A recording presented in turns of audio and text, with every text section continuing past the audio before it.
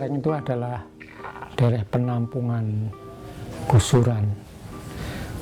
Dalam waktu itu pembangunan gedung olahraga Senayan itu kan mau ada Ganipu, nah itu digusur sehingga ada istilah bedeng ada itu, sehingga kalau istilah Romo itu banyak umat yang diaspora, umat yang tersebar, lalu diserahkan kepada Romo Anton Mulder. Anton Mulder itu adalah kepala paroki Santa Maria apa sekarang lebih panjang namanya di Tangerang. Nah, sudah ada 2 kali misa di sini. Nah, kebetulan momen waktu itu ada pembangunan komplek ini tahun 73 72. Karena statusnya masih ragu, maka diutuslah untuk mempersiapkan menjadi stasi. Saya pada waktu membantu di sekretariat, bukan pegawai sekretariat paroki Tangerang, tapi bantuin gitu, bersama Pak Adi Wayanto yang keliling ke Cengkareng, mengumpulkan umat layak dan tidak layak untuk menjadi stasi. Batasnya waktu itu dari Pesing sampai Batu Ceper yang ditata, tapi akhirnya hanya dari situ.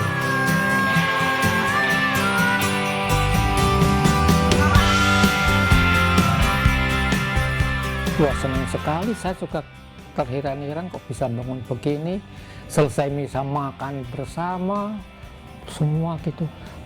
Waktu itu sebagai ketua pelaksana juga saya lulus itu senang sekali itu. Tapi yang keteteran ya pelayanan.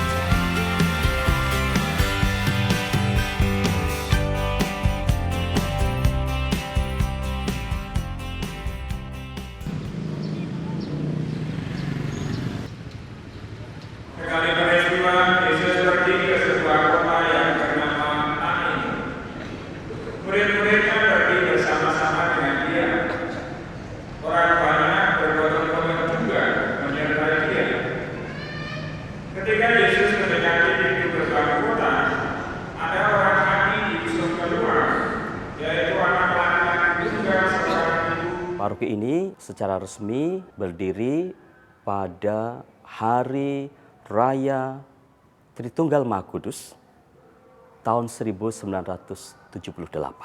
Beberapa tahun sebelumnya, paroki ini adalah stasi Cengkareng, merupakan bagian dari paroki Tangerang. Dan selama beberapa tahun dipersiapkan untuk menjadi sebuah paroki.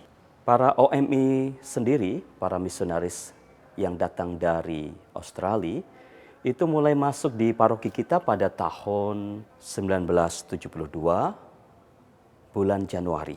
Kalau mau menyebut beberapa nama, misalnya Romo Pat Moroni, beberapa tahun, kemudian dilanjutkan Romo Kevin, Romo David Selton.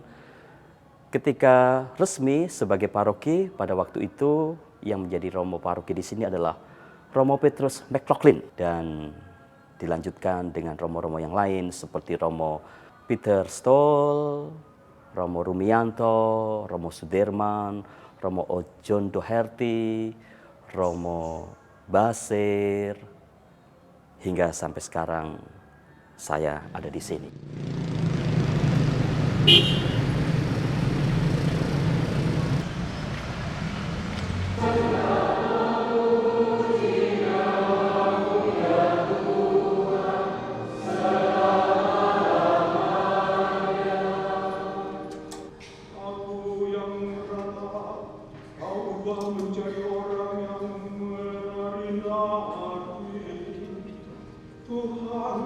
kalau melihat paroki ini dalam sejarahnya kelihatan sekali dinamikanya yang sungguh-sungguh membanggakan.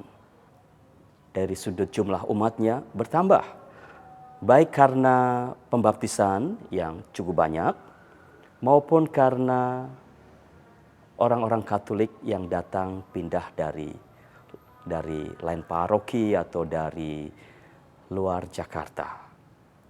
Pada tahun 81 Agustus, paroki ini melahirkan paroki yang sekarang kita kenal sebagai paroki Thomas Rasul Bojong. Dan beberapa bulan yang lalu, bulan Juni 2015, lahir paroki yang baru, yaitu paroki Kalideres, Gereja Santa Maria Immaculata.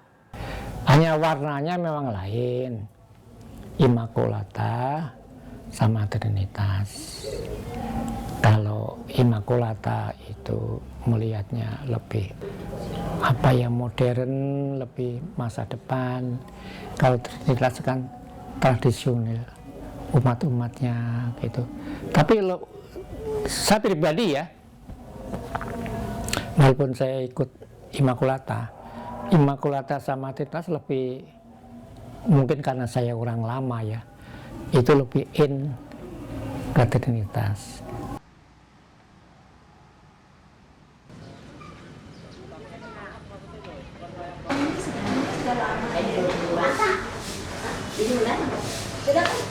Ini sendok sitrol 1 tetes per 4 jam, ya Bu ya. Mata kanan, Bu ya, yang kanan. Jadi ini misalnya jam 8, 9, berdirinya 10, tahun 1998. Waktu itu ada krisis di mana-mana. Lalu diusulkan oleh Romo John karena banyak yang di PHK itu. Kemudian gimana kalau ada balai pengobatan di paroki Trinitas ini. Pasien yang ini dari mana-mana sih. Ada juga yang dari Tangerang karena katanya cocok gitu atau gimana ya. Tenaga medisnya dari ya dikirim-kirim gitu. Banyaknya sih umat dari Trinitas, umat gereja. Total sekarang lebih kurang. Oke.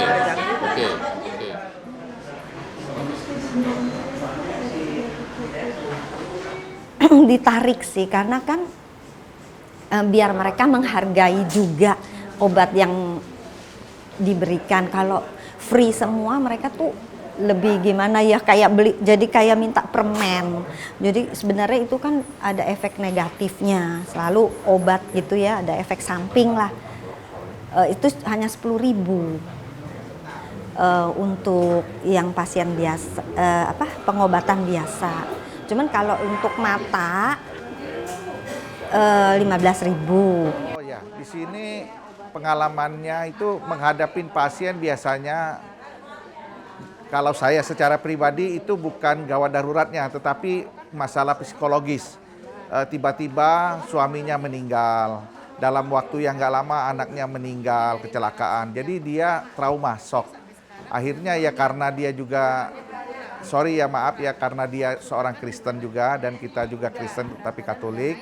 Akhirnya ya kita sambil mengobatin pasien itu, perempuan yang udah umur kurang lebih 60 tahun, ya kita memberi sharingnya juga lah secara rohani juga, bahwa itu hal-hal yang seperti biasa ya kita cobaan yang kita lalui. Ternyata ya memang akhirnya ibu itu menerima apa yang sudah dia jalani dalam kehidupannya itu, dan dia tidak menyesalin apa yang sudah Tuhan jalankan. Kita kan mengalami pendidikan kedokteran. Sebenarnya di dalam pendidikan kita kedokteran itu kita sudah diajarin bahwa nomor 1 itu kita harus menolong sesama.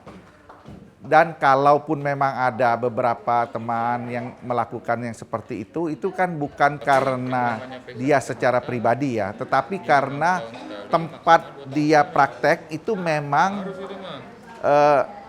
tempatnya itu mahal. Tetapi secara nurani, seorang dokter itu pasti jiwa menolongnya itu besar. Apalagi kalau pasien itu benar-benar yang secara keilmuannya memang perlu pertolongan, dia tidak memikirkan biaya dulu. Mungkin mereka hanya ya membantu, kadang-kadang ya mengeluarkan uang seininya juga. Menurut saya kita dari sekolah juga diajarin begitu ya. Selain ya iman kita juga sebagai orang Katolik.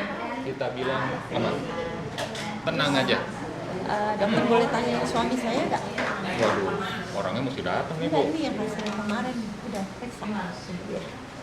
Yang kemarin itu yang baru mau yang disuruh kerja cek.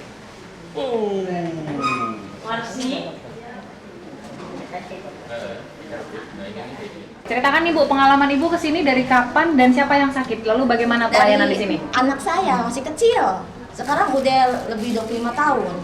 Sampai sekarang kalau dia sakit sering berobat kesini terus. Saya malah cocok, saya pernah ke puskesmas tempat lain. Tapi kayaknya nggak cocok kalau di sini saya rutin cocok ya, anak-anak saya. Kan Ibu tahu ya bahwa Balai Kesehatan ini kan milik dari gereja Trinitas. Nah itu Ibu memandangnya bagaimana? Ini kan kita Trinitas kan memang dari agama Katolik, terus di sini ternyata pasiennya banyak di luar dari Trinitas. Itu gimana pendapat Ibu nih Bu? Kalau saya gini ya, agama kan sama gitu, tujuannya baik. Ya beda agama pun nggak apa-apa, yang penting kalau dia mau mengobati itu kita ya biasa-biasa aja. Nggak, mudah-mudahan sih biar sampai terus gitu ya. Lebih baik lebih baik lagi gitu, iya. Maka saya juga ini apa namanya terasa gitu, terasa. Supaya samping itu biayanya juga enggak. Iya, nggak terlalu mahal. Bisa kejangkau lah. Iya. Kalau ke dokter Saya udah lebih lain 10 kan tahun di paling sini. enggak 50 bisa 75. Mau ini Kalau di sini emang kebenaran. Soalnya di sini udah 30 tahun saya. Saya juga cocok. Dari ini belum dibangun kalau berobat tuh ya. Baru-baru dapat makanan gitu. Saya tahu. Iya, dapat makanan roti atau bubur kacang gitu. Pokoknya pelayanan baik-baik lah ini orangnya. Lagian juga semua sopan-sopan, baik-baik gitu, bisa mengerti gitu apa yang kita sakit. Oh, gini gitu. Dari segi biaya nggak berat ya Bu ya? Enggak, Membantu banget deh pokoknya. Biaya jadi kejangkau semuanya untuk makanya saya ikut ngomong sebenarnya. Kan biasanya kalau orang baru kan Iya. gitu biayanya sebulan berapa. Kadang-kadang suka pada judes-judes. Biasanya Ibu keluar berapa duit nih kalau misalnya berobat atau penyakit yang paling pernah ini berapa duit habis untuk kesini? Enggak sih, cuma 10.000.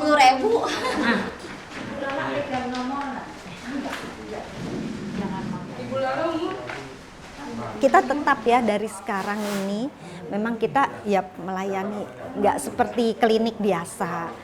Kami kan menghadirkan Tuhan, kerahiman Allah gitu ya dengan berbela rasa. Jadi memang ya harapannya ya begitu, kita harus menjadi terang dan kemuliaan Allah kita tampilkan lewat pelayanan kita.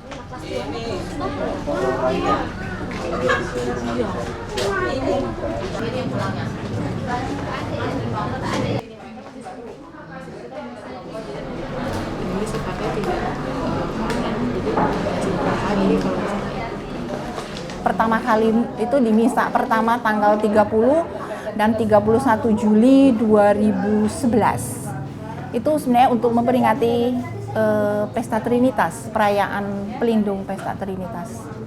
Jadi itu kami sebenarnya paroki ke-8 di Keuskupan Agung Jakarta. Tujuannya sebenarnya untuk bisa membantu anak-anak yang tidak mampu agar tetap bisa bersekolah. Jadi gini, yang dibantu itu anak TK, SD, SMP, SMA, kuliah. Sampai saat ini di paroki kita punya 29 anak ayo kuliah. Kemudian yang seminari itu ada 7 anak yang ayo seminari. Jadi sebenarnya bersyukur cuma ada Trinitas yang punya ayo seminari.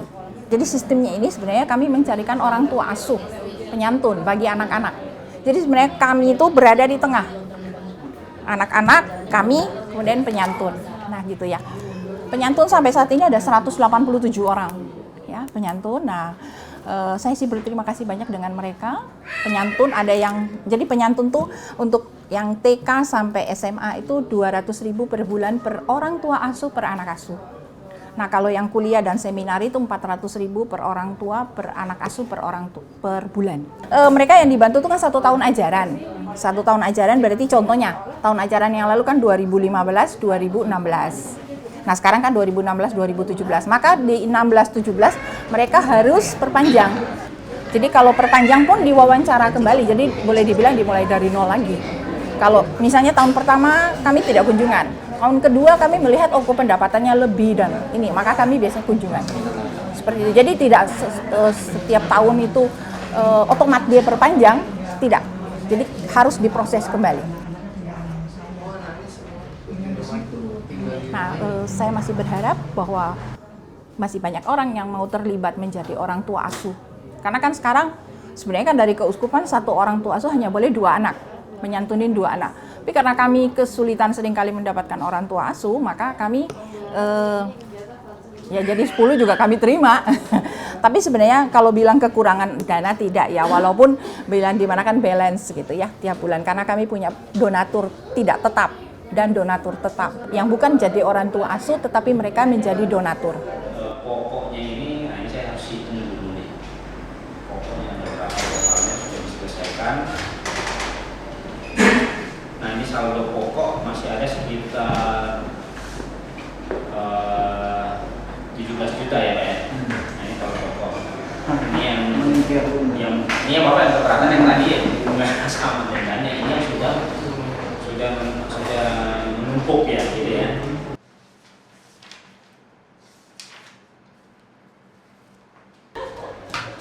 Mamul kopinya itu jangan dilihatin itunya kameranya.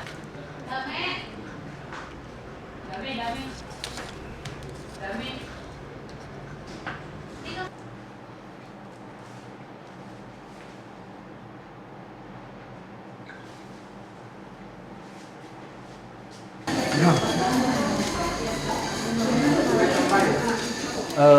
KKUS ini berdiri sejak tahun 78, tepatnya pada tanggal 28 November.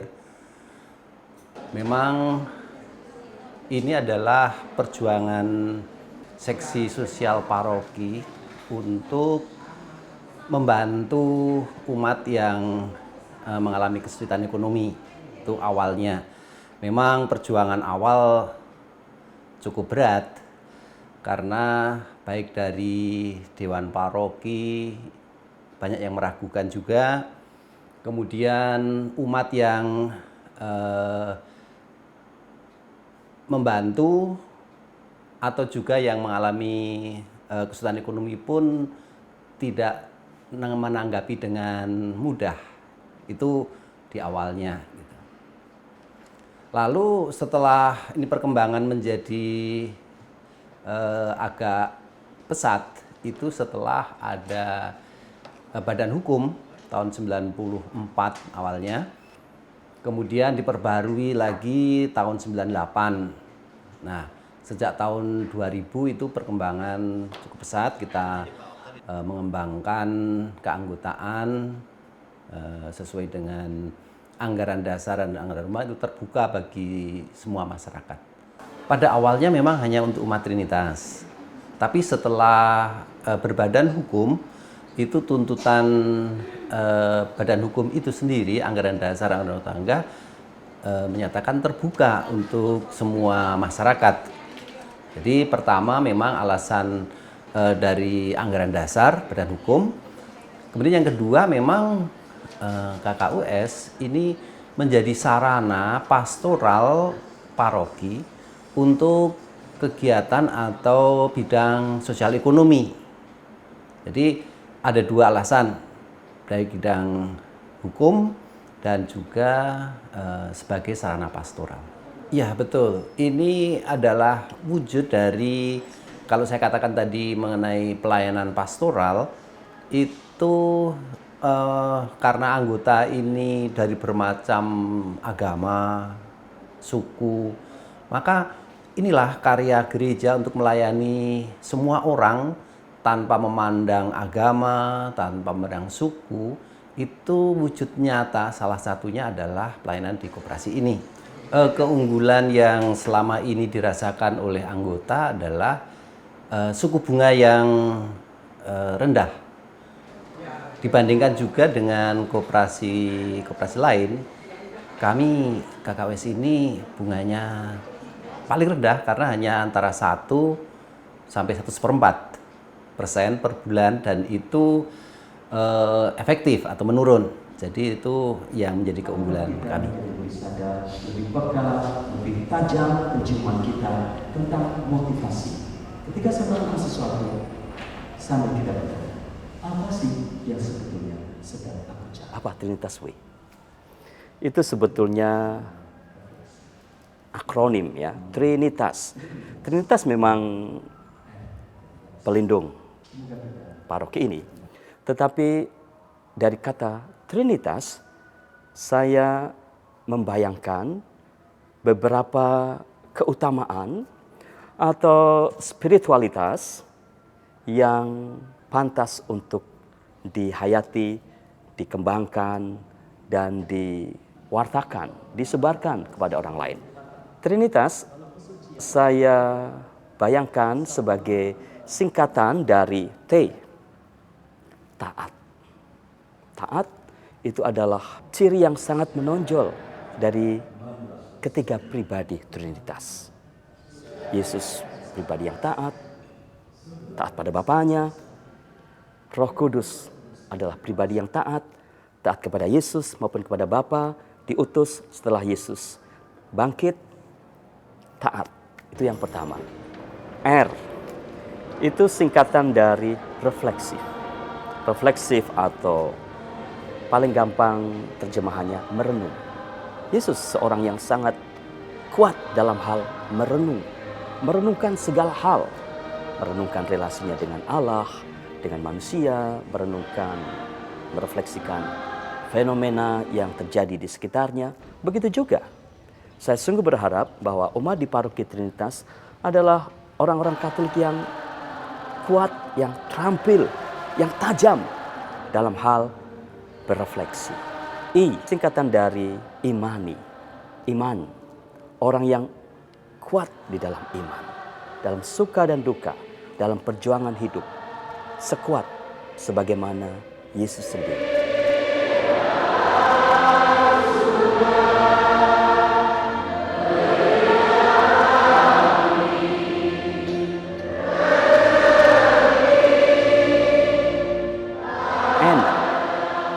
N singkatan dari nurani.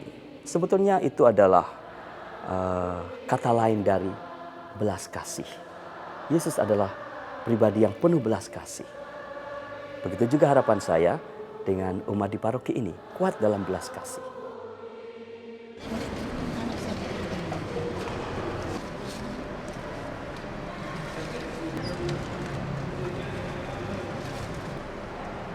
I berikutnya adalah inisiatif. Mereka bergerak, mereka melayani karena ada dorongan dari dirinya sendiri. Tidak harus orang lain, apalagi Romo, perlu mengejar-ngejar, ayo melayani, tidak perlu. Kalau Roh Kudus sungguh tinggal di antara kita, di dalam hati kita, kita akan terdorong untuk berinisiatif, untuk melayani sebaik-baiknya. T, teamwork. Kita tidak ingin melayani sendiri-sendiri. Kita akan bekerja sama sebagai pribadi, sebagai kelompok kategorial, sebagai seksi-seksi yang ada di paroki. Teamwork, kerjasama, bersinergi. Bahasa yang keren. Setoran DSP 41,9 juta, PLN 16,9 juta, bantuan karya pastoral 3 juta, biaya bank 1,4 juta, kendaraan atau transportasi 3,8 juta, administrasi 1,1 juta. A, antisipatif. Apa yang kita lakukan, sesuatu yang kita tahu mau dibawa kemana. Bukan hanya untuk sekarang, tetapi juga memikirkan untuk hari-hari selanjutnya. Supaya kita tidak membuang banyak waktu, membuang banyak tenaga, percuma begitu saja.